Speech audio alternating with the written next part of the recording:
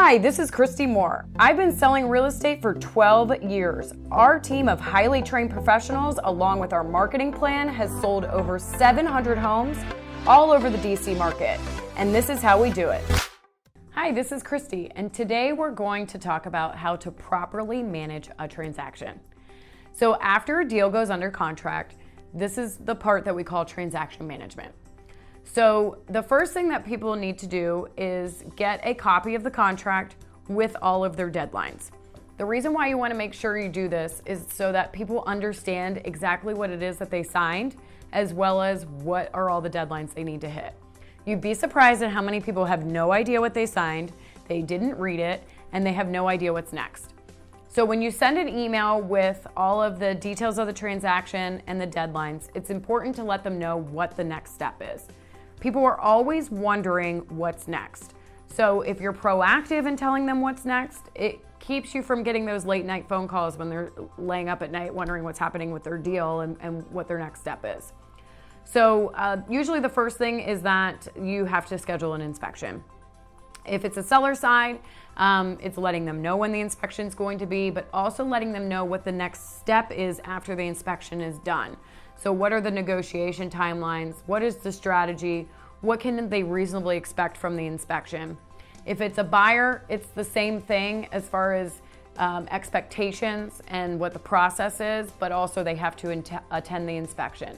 If they don't attend the inspection, it's important that you do some type of video with the inspector during the inspection to get a good synopsis, or a report that has pictures included in it. Written reports are generally hard to read. They're also very confusing, and it's not good from a buyer's standpoint if they don't understand exactly what's wrong with the property. So the next thing that you want to make sure you do is let them know what their deadlines are for financing and appraisal. In Virginia, if they don't apply for a mortgage within 7 days, they're technically in default of the contract. So you want to make sure that they get their loan application done right away and they apply for insurance right away. Otherwise, it could affect their transaction. It's also important that the buyer understands that they should not buy anything like a new car or furniture or anything that would affect their credit during the transaction, and that they don't change the terms of the financing. If they change any terms of the financing and the seller doesn't agree to it, the buyer is putting their deal on the line. It's also really important that you understand the contract. Many agents don't even really know what the contract says. They also don't know how it works. And what I mean by how it works is, for instance, the financing deadline stays on the contract until it's removed. So a lot of people don't understand that. A lot of sellers don't understand that. Sellers think that when the financing is done, it's done, but it's not. Unless the seller delivers notice to the buyer, that financing contingency can stay on the contract all the way to closing. So what we do is, once the financing contingency is over, from the seller's standpoint, we issue notice to the buyer to make sure that the buyer removes their financing, or if they don't remove it, it's automatically removed within 3 days.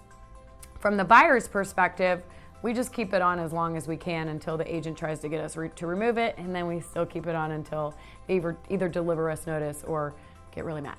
So it's important to understand which contingencies fall off the contract as well as which contingencies stay on the contract. Appraisal also stays on the contract, especially if it is FHA or VA. For the home inspection contingency, that contingency falls off at the deadline. So if you do not get the addendum requesting the repairs and the report to the agent by the deadline, you no longer have a home inspection contingency. So that means your buyer cannot ask for any repairs and they cannot back out of the deal on the home inspection contingency. For the association documents, if there is one, the buyer has 3 days to review the documents.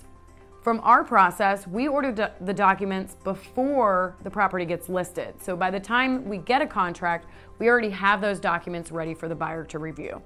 Most agents don't do this. So if you're representing the buyer, you most likely won't get those association documents till well into the contract.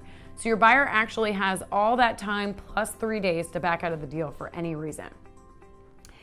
There are other contingencies that can be in a contract, but we're not going to cover those today. But it is really important like I said, that you understand the actual contingencies and what they mean and how they work from the standpoint of managing the transaction. Thank you for watching my video. If you have any other questions, feel free to call, text, or email me.